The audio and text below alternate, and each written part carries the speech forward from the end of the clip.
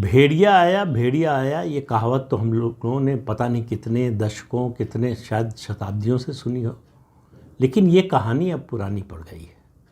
अब नया मुहावरा जो आया है वो है ट्रम्प बोले ट्रम्प बोले।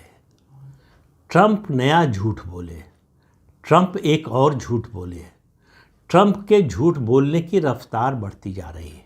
जनवरी 2025 में वो राष्ट्रपति बने, तब से लेकर अब तक 10 महीनों में उन्होंने जो झूठ बोले हैं, अमेरिका के किसी राष्ट्रपति ने इस तरह का रिकॉर्ड कायम नहीं किया। हालांकि एक रिकॉर्ड जो है वो जॉर्ज बुश के नाम से है, जो उन्होंने किया वो हमेशा, मुझे लगता है वो सर्वकालिक झूठ है, जो कभी उसको कोई कभी पीछे नहीं छोड़ पाएगा।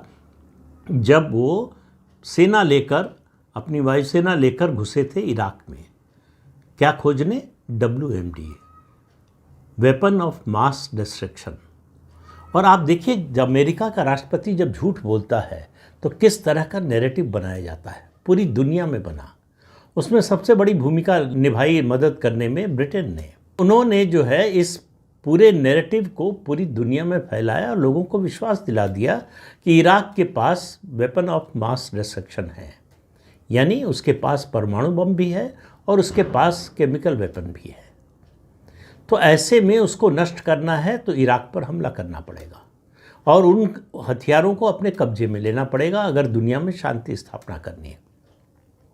शांति स्थापना कभी अमेरिका का उद्देश्य नहीं होता। अमेरिका जैसे ही कहे कि शांति स्थापना करना चाहता है, समझ लीजिए कि उसको कुछ बिजनेस दिखाई दे रहा है। और उसके दो तरह के बिजनेस है। एक लंबे समय तक ऑयल के बिजनेस पर उसकी नज़र थी, इस लिहाज से जो है देशों में तख्ता पलट करता रहा। लेकिन 2 स्थायी बिजनेस है उसके।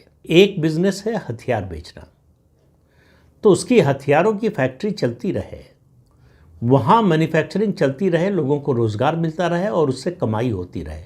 इसके लिए ज़रूरी है कि दुनिया में कहीं ना कहीं युद्ध चलता रहे या युद्ध जैसी परिस्थितियाँ बनती रहे, जिससे जो देश युद्ध के खतरे में हैं वो हथियार खरीदते रहे।